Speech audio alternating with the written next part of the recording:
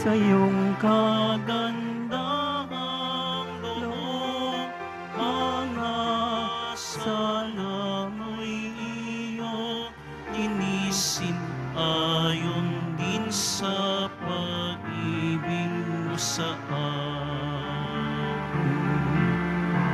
Bubuksan aming puso't isipan, pagsalansan mo'y aming iningatan. Patawarin aming kasalanan.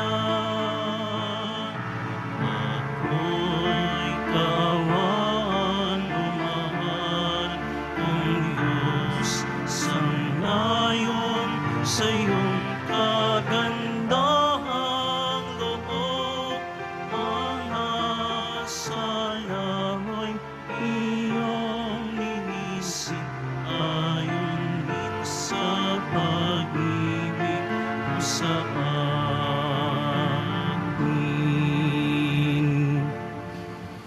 Sa ngalan ng Ama at ng Anak at ng Espiritu Santo, Amen.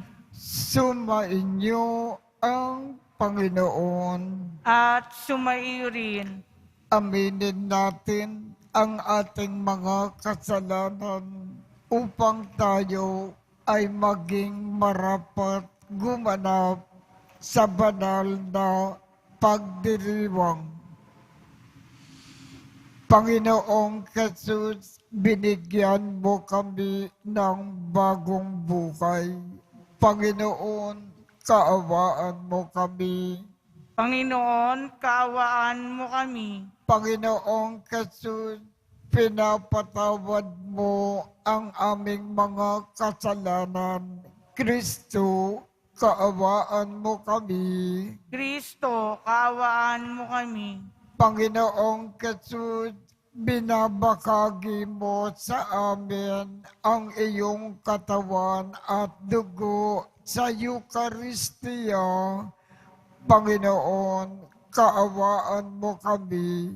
Panginoon, kaawaan mo kami. Kaawaan tayo ng Diyos Amang makapangyarihan. Patawarin ang ating mga kasalanan at patnubayan tayo sa buhay na walang hanggan. Amen. Manalangin tayo. Ama naming makapangyarihan, bagaman lagi mong ginaganap ang pagliligtas sa lahat, subalit ngayon ay higit mo itong kinukusang aming ikagalak.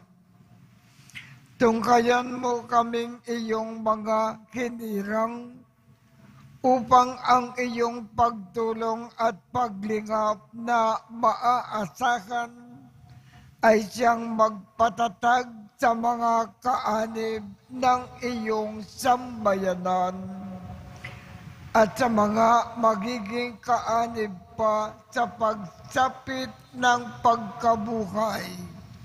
Sa pamamagitan ni Jesucristo, kasama ng Espiritu Santo, magpasawalang hanggan. Amen. Magsiupo muna ang lahat.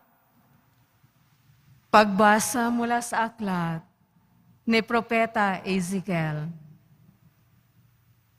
Ito ang pinasasabi ng Panginoon. Titipunin ko ang mga Israelita mula sa mga dakong kinatapunan nila upang ibalik sila sa sarili nilang bayan. Sila'y pag-iisahin ko na lamang, isa lamang ang magiging hari nila. Hindi na sila mahati. Sila'y gagawin kong isa na lamang kaharian. Hindi na sila sasamba sa Diyos-Diyosan, ni gagawa ng kasuklam-suklam na mga bagay o anumang paglabag. Hindi na sila tatalikod sa akin. Lilinisin ko sila. Sila ang magiging bayan ko. at ako ang magiging Diyos nila. Isang tulad ng lingkod kong si David, ang magiging hari nila. Susundin na nilang mabuti ang aking mga utos at tuntunin. Sila'y doon maninirahan sa lupaing tinirhan ng kanilang mga ninuno, sa lupaing ibinigay ko kay Jacob. Sila at ang kanilang mga anak at magiging anak ng mga anak ay doon mananatili habang panahon. Isang haring tulad ni David na aking lingkod, ang magiging pinuno nila magpakailanman. Gagawa ako ng isang tipan sa kanila. Ito ang tipan ng kapayapaan at mamamalagi magpakailanman. Pagpapalain ko sila at pararamihin. Itatayo ko sa kalagitnaan nila ang aking templo. Ako'y mananatiling kasama nila magpakailanman. Ako ang magiging Diyos nila. Sila ay magiging bayan ko. At kung mananatili sa kalagitnaan nila ang aking templo, malalaman ng lahat ng bansa na akong Panginoon ang humirang sa Israel upang maging akin. Ang salita ng Diyos. Salamat sa Diyos. Pumapatnubay na Diyos ay pastol na kumukupkup. Pumapatnubay na Diyos ay pastol na kumukupkop. Mga bansa, pakinggan niyo ang sabi ng poon at ipahayag ninyo sa malalayong lupain. Pinapangalat ko ang mga anak ni Israel, ngunit sila'y muli kong titipunin at aalagaan, gaya ng pagbabantay ng isang pastol sa kanyang mga tupa. Pumapatnubay na Diyos ay pastol na kumukupkop. Sapagkat tinubos ng poon si Jacob at pinalaya sa kapangyarihan ng kaaway, na lubhang makapangyarihan at malakas. Aakat silang nagsisigawan sa tuwa, patungo sa bundok na Siyon, tigib ng kaligayahan dahil sa mga pagpapala ng poon. Pumapatnubay na Diyos ay pastol na kumukupkop. Kung magkagayon, sasayaw sa katuwaan ang mga dalaga, makikigalak pati mga binata at matatanda. Ang kanilang dalamhati ay magiging tuwa. Papalitan ko ng kagalakan ang kanilang kalungkutan. Pumapatnubay na Diyos ay pastol na kumukupkop. Magsitayo po ang lahat.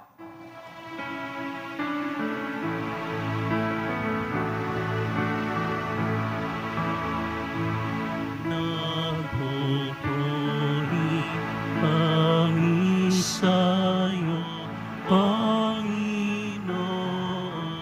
Jesucristo. Nagpupuri kami sa'yo, Panginoon Jesucristo.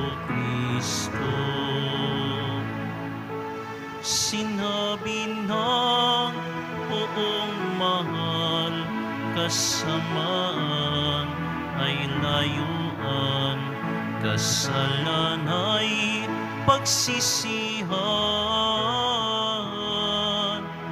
Kayo ay magbagong buhay, magbalik loob na tunay. Nagpupuri kami sa'yo, Panginoon Jesucristo.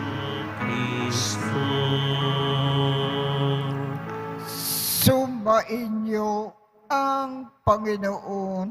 At sumayo rin Ang mabuting balita ng Panginoon ayon kay San Juan.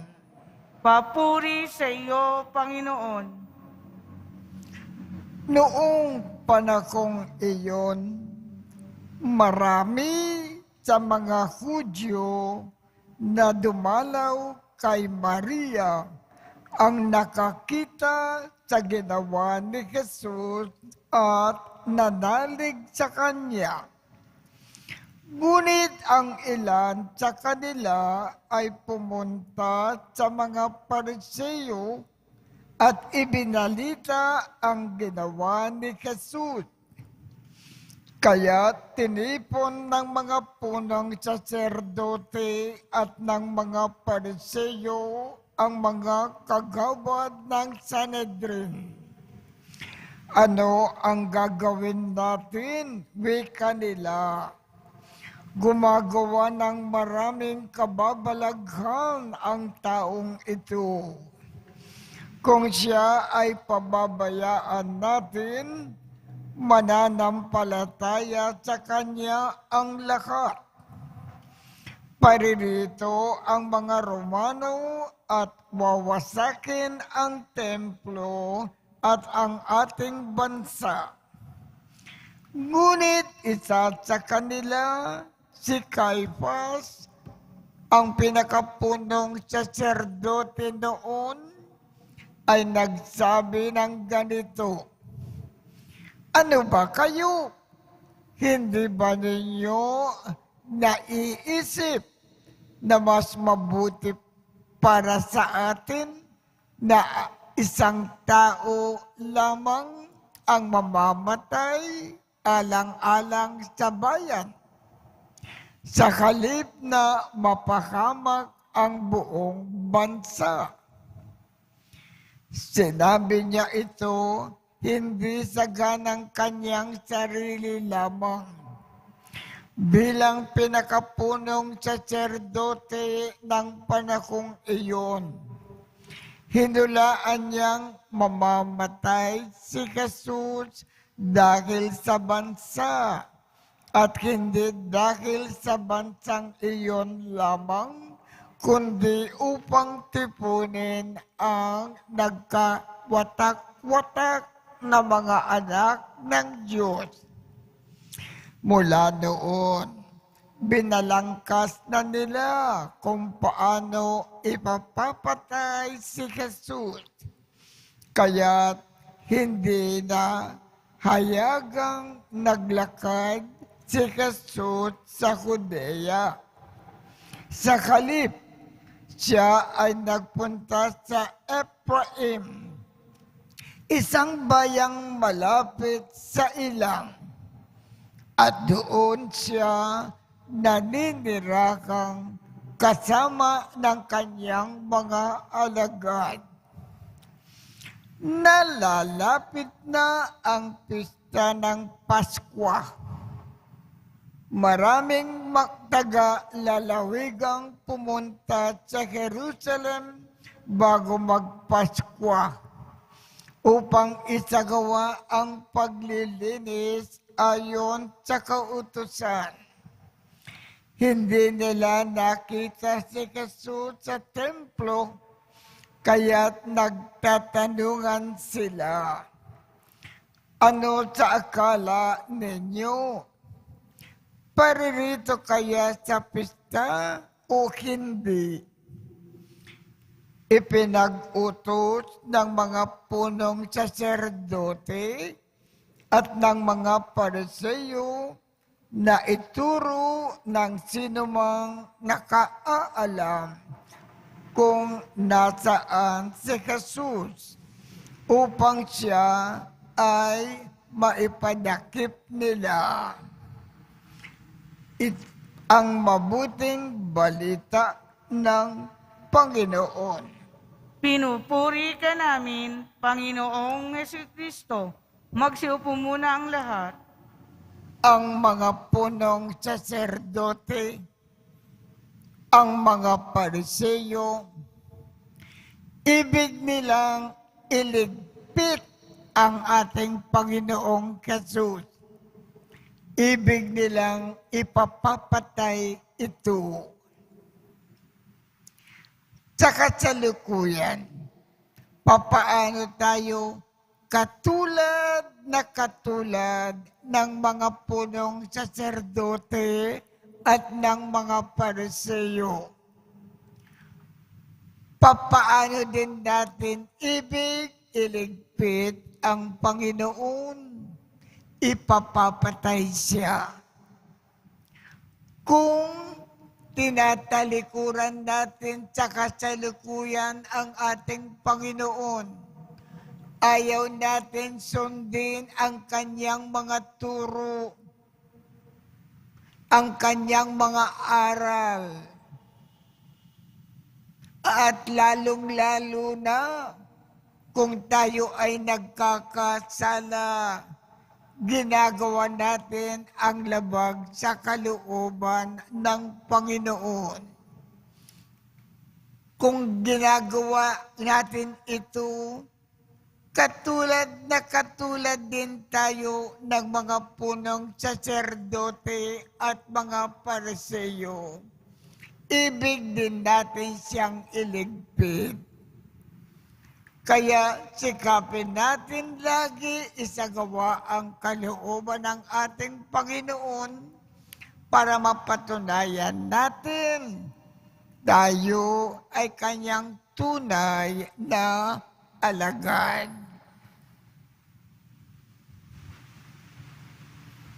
Magsitayo po ang lahat.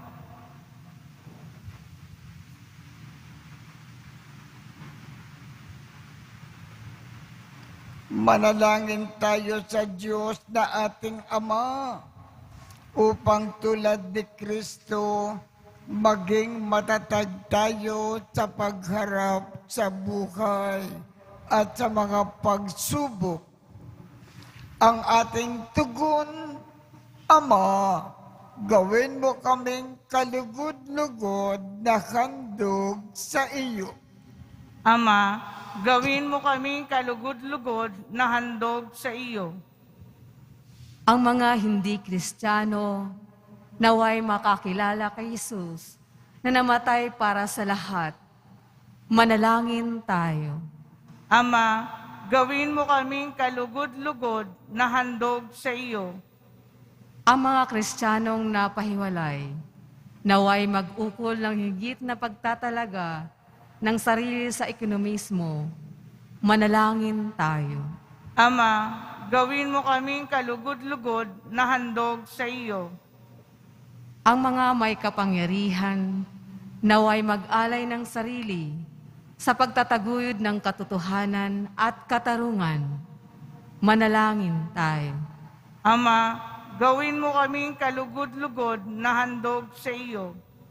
Ang lahat ng Katoliko naway makadama na sila ay may natatanging kaugnayan sa isa't isa dahil sa isang pananampalataya. Manalangin tayo. Ama, gawin mo kaming kalugod-lugod na handog sa iyo. Ama naming Diyos, sa iyong pagkakatipon sa mga mananampalataya, sila ay pinagbuklod mo sa iisang katawan ni Kristo. Hinihiling namin ito sa pamamagitan ni Kristo na aming Panginoon. Amen. Magsiupo muna ang lahat.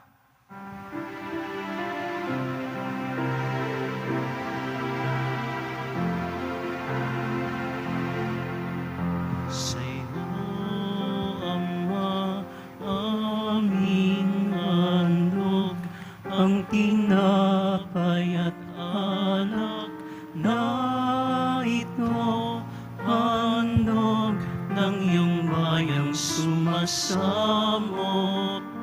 humihingi ng patawad mo.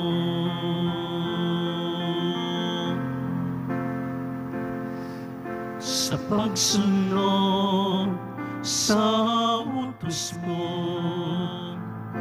nalulugod akong nais, di masukat ang galak ko, patkan aking iniibig.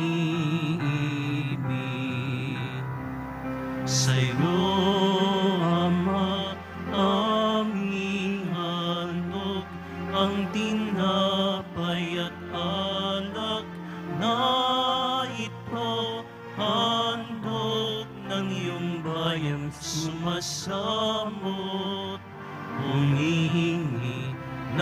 pinatawad mo. Magsitayo po ang lahat.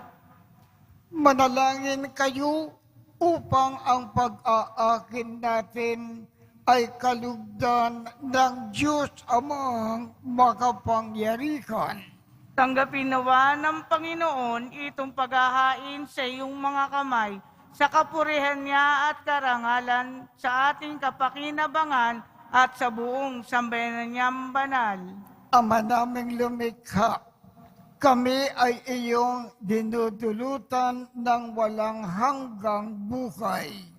Sa pagpapakayag namin ng pananampalataya sa iyong ngalan, sa pagdiriwang ng muling pagsilang noong kami ay binyagan. Tanggapin mo ang aming mga alay at panalangin upang ang mga umaasang magiging kaanib ng sambahayan ay huwag magsipayo sa kanilang inaasam at ang mga umaasang patatawarin sa kasalanan ay tumanggap sa kanilang nilulunggating makamtan. Sa pamamagitan ni Jesucristo, kasama ng Espiritu Santo, magpasawalang hanggan. Amen. Sumainyo ang Panginoon. At sumaiyo rin. Itaas sa Diyos ang inyong puso at diwa. Itinaas na namin sa Panginoon. Pasalamatan natin ang Panginoong ating Diyos. Marapat na siya ay pasalamatan.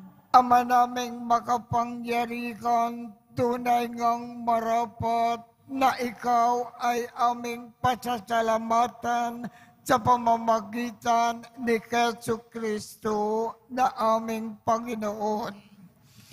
Sa pagpapakasakit ng gilim mong anak, ang sangkatauhan ay minarapat mong magpakayag ng iyong dakilang pag-ibig sa lahat na pawang nais mong tubusin ng Mesiyas.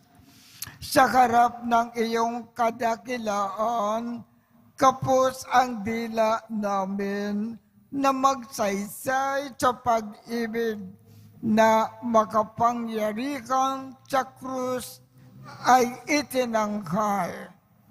Sa krus, ipinasyang patawarin ang mga tao. Sa krus, nagtagumpay ang ipinakong Kristo.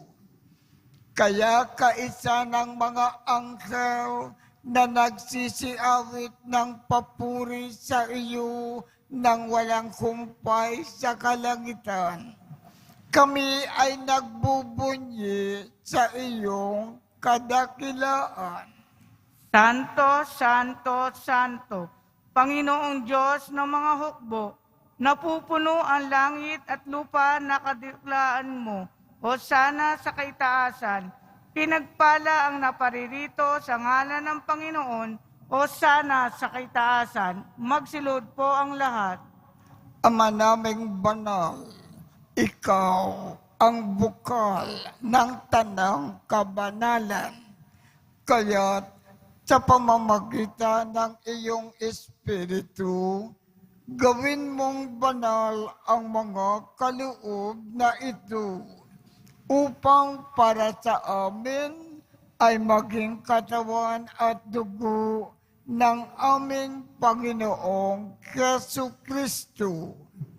Bago niya pinagtiis ang kusang loob na maging handog, hinawakan niya ang tinapay, pinasalamatan kanya, pinaghati-hati niya iyon, iniabot sa kanyang mga alagad at sinabi, "Tanggapin ninyong lahat ito at kanin. Ito ang aking katawan na ikahandog para sa inyo."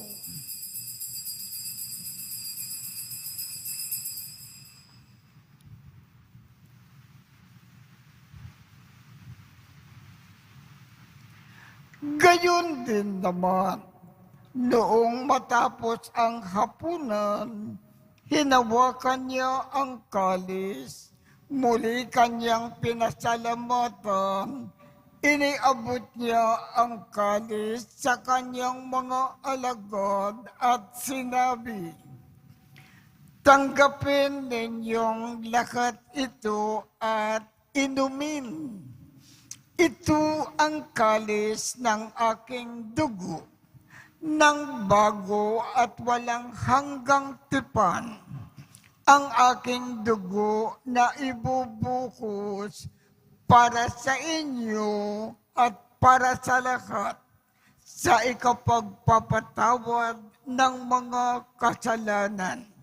Gawin ninyo ito sa pag-alaala sa akin."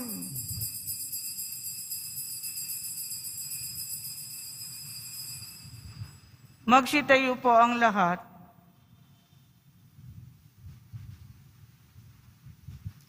Ipagbunyi natin ang misteryo ng pananampalataya.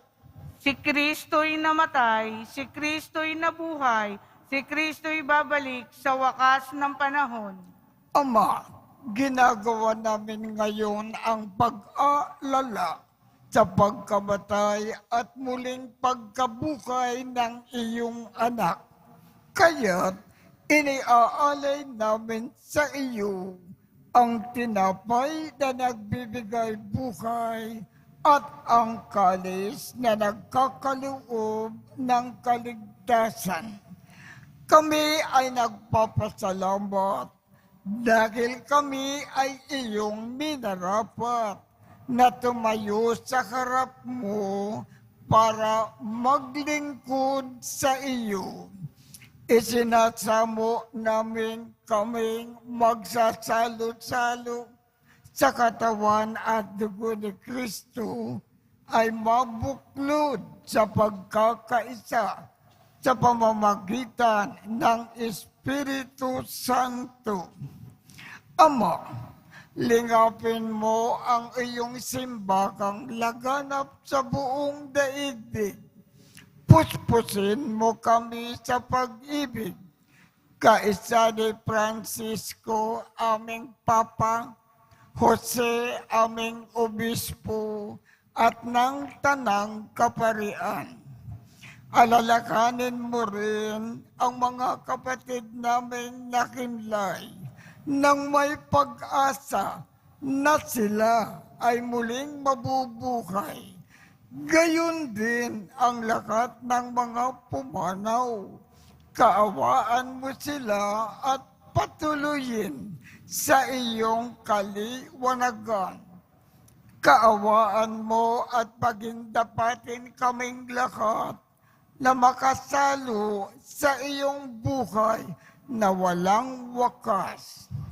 Kaisa ng mahal na Birhen Maria na ina ng Diyos, ng kabiyak ng puso niyang si San Jose, kaisa ng mga apostol at ng lahat ng mga banal na namuhay dito sa daigdig ng kalugod-lugod sa iyo.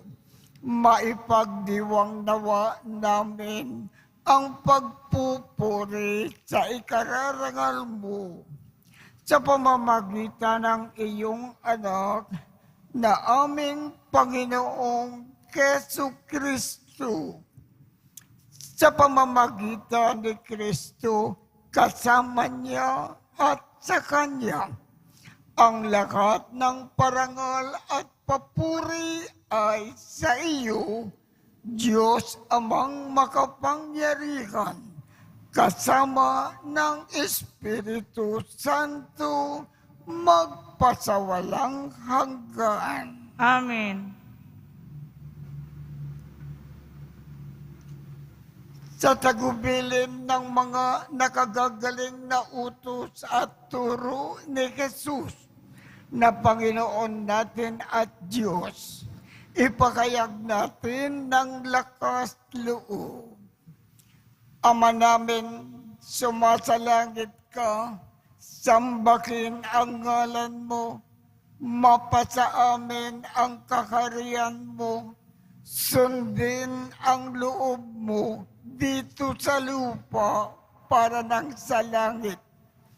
Bigyan mo kami ngayon ng aming kakanin sa araw-araw at patawarin mo kami sa aming mga sala para ng pagpapatawad namin sa mga nagkakasala sa amin.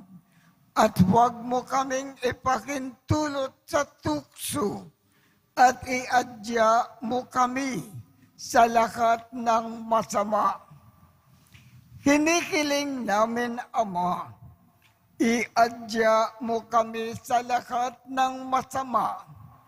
Pagkalooban kami ng kapayapaan sa araw-araw. Iligtas sa kasalanan at ilayo sa lahat ng kapahamakan.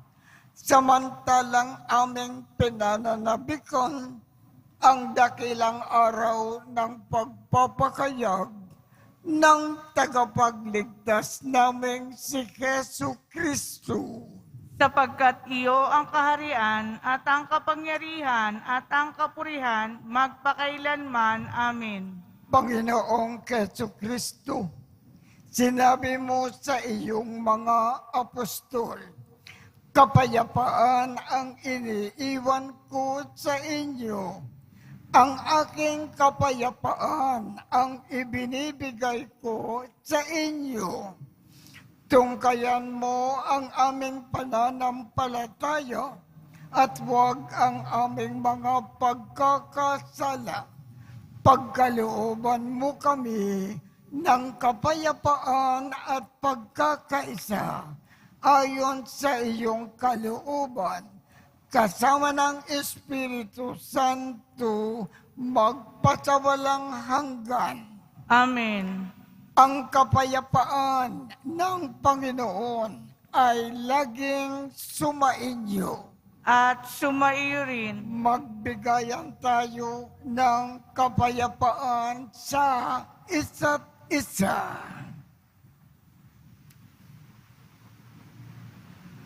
Kordero ng Diyos na nag-aalis ng mga kasalanan ng sanlibutan, maawa ka sa amin. Kordero ng Diyos na nag-aalis ng mga kasalanan ng sanlibutan, maawa ka sa amin. Kordero ng Diyos na nag-aalis ng mga kasalanan ng sanlibutan, ipagkaloob mo sa amin ang kapayapaan. Magsilud po ang lahat. Ito ang kordero ng Diyos. Ito ang nag-aalis ng mga kasalanan ng sanlibutan. Mapalad ang mga inaanyayahan sa kanyang piging. Panginoon, hindi ako karapat-dapat na magpatuloy sa iyo, ngunit sa isang salita mo lamang ay gagaling na ako.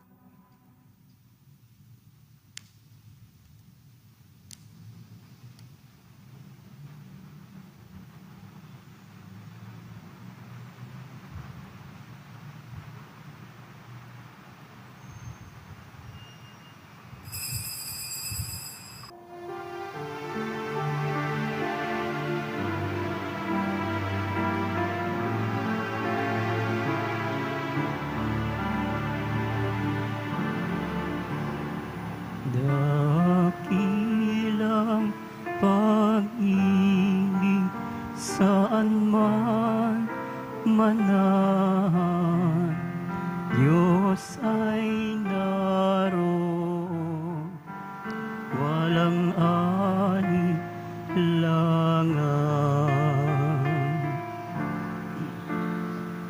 Ilipan tayo sa pagmamahal ng ating Pong si Jesus.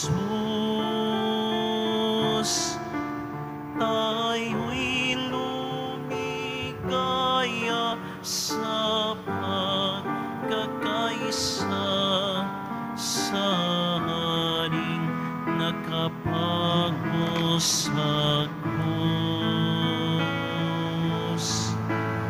Dakilang pag-ibig, saan man walang Diyos ay naroon, walang alinlangan.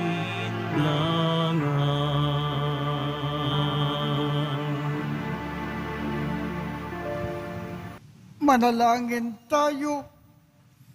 Ama naming mapagmahal, kaming iyong pinapagsalo sa katawan at dugo ng anak mo ay maging hindi nawa naiiba sa Kanya sa pagtataglay ng buhay mong sa amin ay Kanyang pamana.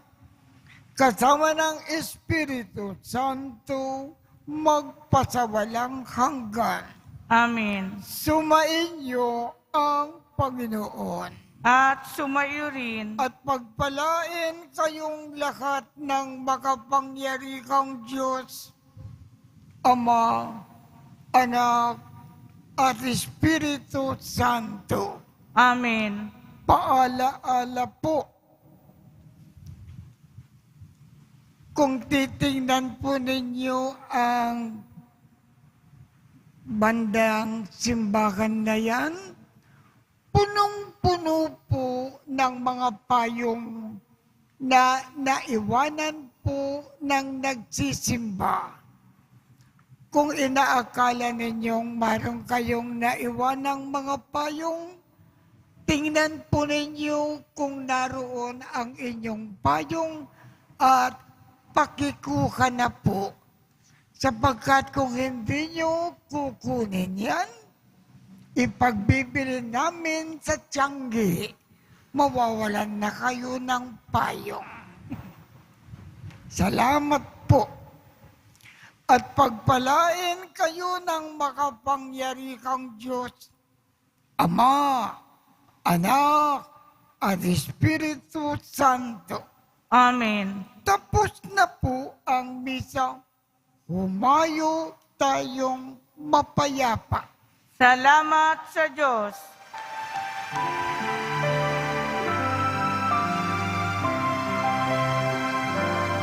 Sa Padre Jesus Nazareno, sinasamba ka namin. Pinipinto ka namin. Aral mo ang aming buhay at kaligtasan. Sa Padre Jesus Nazareno, iligtas mo kami sa kasalanan. Ang krus mong pinamatayan ay sagisag ng aming kaligtasan. Nuestro